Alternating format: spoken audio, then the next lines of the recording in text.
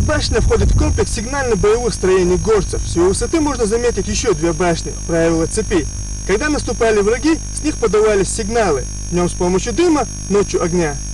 Сатойская башня, по названию селения Саты, где она расположена, построена примерно в 13-14 веке. На протяжении всего этого периода она не раз разрушалась и восстанавливалась. Последний раз это было в начале 90-х годов прошлого столетия. После 2 военных кампаний в республике это первая ее реставрация. Это наша республиканская, но они аварцы из Кинхи, есть у нас аварское село. Они очень хорошие мастера по кладке вот этой башни. Очень хорошо они кладут камни, поэтому мы берем оттуда. И в следующие объекты тоже надеемся, что они будут. Сатойская башня была разрушена на треть. Теперь работы практически завершены. Уже завтра, обещают строители, они завершат крышу. Для нее, кстати, используется привезенный камень. Местный не подходит. Он ровно ломается. Прям ложить можно, выравнивать себе, как кирпич сделать можно. Это все что угодно. Из дагестанского камня.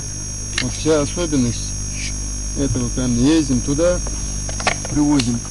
Этот камень у нас ложится на кровлю, на крышу. После возведения кровли этой башни строителям останется лишь соорудить внутренние деревянные перекрытия. Средства на реставрацию исторического памятника правительство изыскало из республиканского бюджета. Сатойская башня уже 4-й исторический памятник культуры, реставрируемый в Шатойском районе.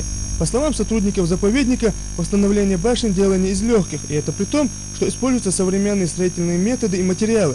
Впечатляет и то, что в древности эти строения горцами возводились на самых труднодоступных высотах. Такие крупные глыбы там находятся, и как приподняли они туда, положили, и такую высоту вынесли, это тоже интересный вопрос. Вот что, значит, говорит о мужестве наших предков. Это лишний раз подчеркивает. Значит, люди приспосабливались к местностям, условиям, и жить надо было. И защищаться надо было. А чтобы защититься от внешнего врага, они строили вот такие объекты. На следующий год в республиканском бюджете предусмотрено выделить в 2 раза больше средств на Аргунский заповедник. Помимо реставрации башен, эти средства пойдут на мониторинг, паспортизацию территорий, определение охранных зон.